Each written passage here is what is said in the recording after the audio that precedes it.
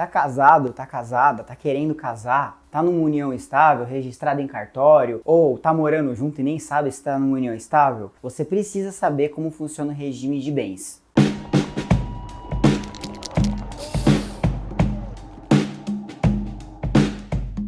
Meu nome é Renan Arbelli, eu sou advogado, e esse vídeo que eu tô trazendo hoje é pra gente complementar um pouco o assunto de um vídeo passado que a gente comentou sobre união estável.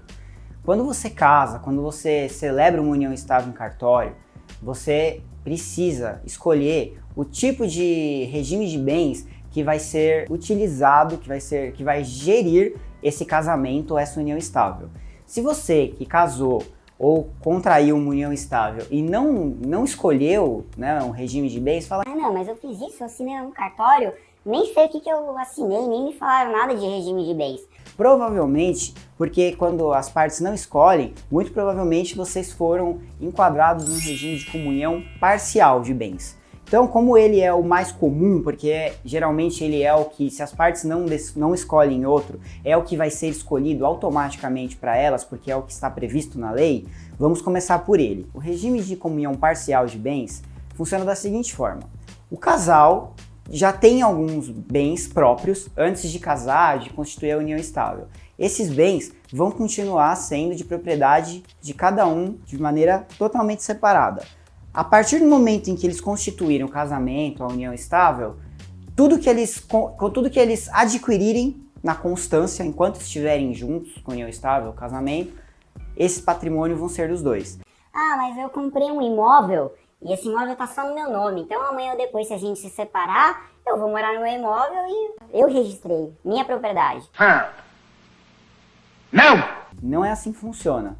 Se você registrou um imóvel, mas você está no regime de comunhão parcial de bens, sua esposa, seu esposo, ele vai poder entrar com uma ação judicial e vai pedir para que o juiz reconheça que 50% desse imóvel ou desse bem que foi adquirido seja dado para ele. Basicamente é assim que funciona o regime de comunhão parcial de bens. Agora vamos falar de comunhão universal, ou também conhecido como total de bens.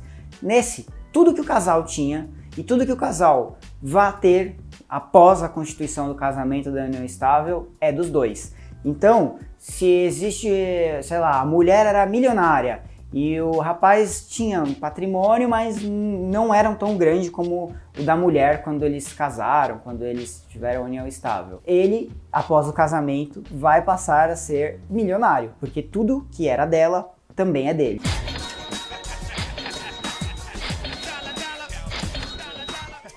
Eventualmente vão se separar, ele vai ter direito a 50% do patrimônio total, inclusive o que a mulher teria antes de constituir o casamento. Esse regime da comunhão universal era o regime que era muito utilizado antigamente. Hoje em dia existem pessoas que ainda decidem casar por ele, optam por ele, mas antigamente ele era realmente assim, 90% das pessoas casavam por esse regime. Hoje em dia a gente utiliza, o pessoal acaba escolhendo mais o de comunhão parcial de bens ou o que eu vou falar agora, que é o de separação total de bens. O regime de separação total de bens, tudo o que o companheiro ou que o cônjuge, o esposo, tem é dele e tudo que ele adquirir na constância desse casamento ou dessa união estável vai continuar sendo só dele.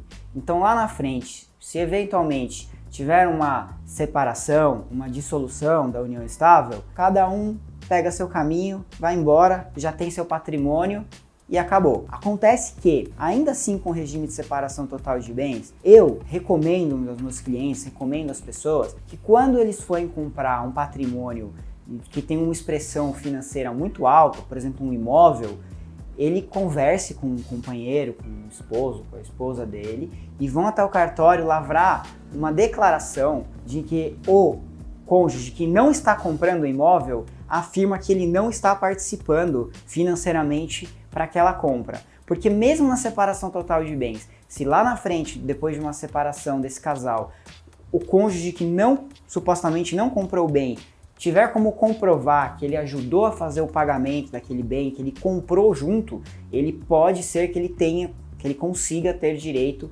a ter 50% daquele patrimônio. Um outro tipo de regime que existe, muito parecido com separação total de bens, é o de separação total obrigatória de bens. Para pessoas que casam com mais de 70 anos, casam ou adquirem união estável com mais de 70 anos. O legislador trouxe essa obrigação na lei para que evitem aquele negócio de golpe do baú.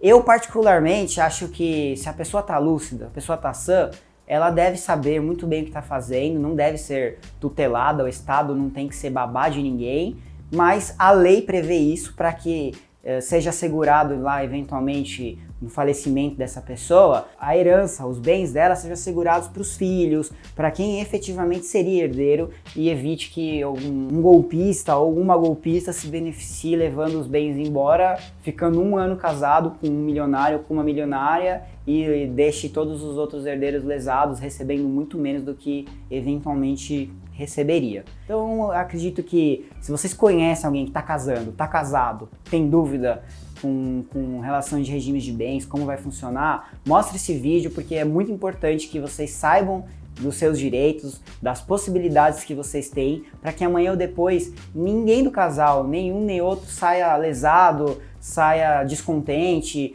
É legal porque o combinado não sai caro, né? Assim que dizia minha avó.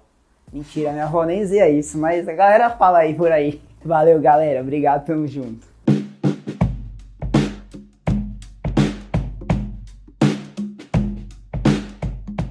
Tá casado? Quer casar? É que essa tá... Tá parecendo assim, ó. Bebeu água? Tá com sede? Água mineral! Água mineral! Oh, oh, oh, você vai ficar legal! Parararararara. Vai, vamos.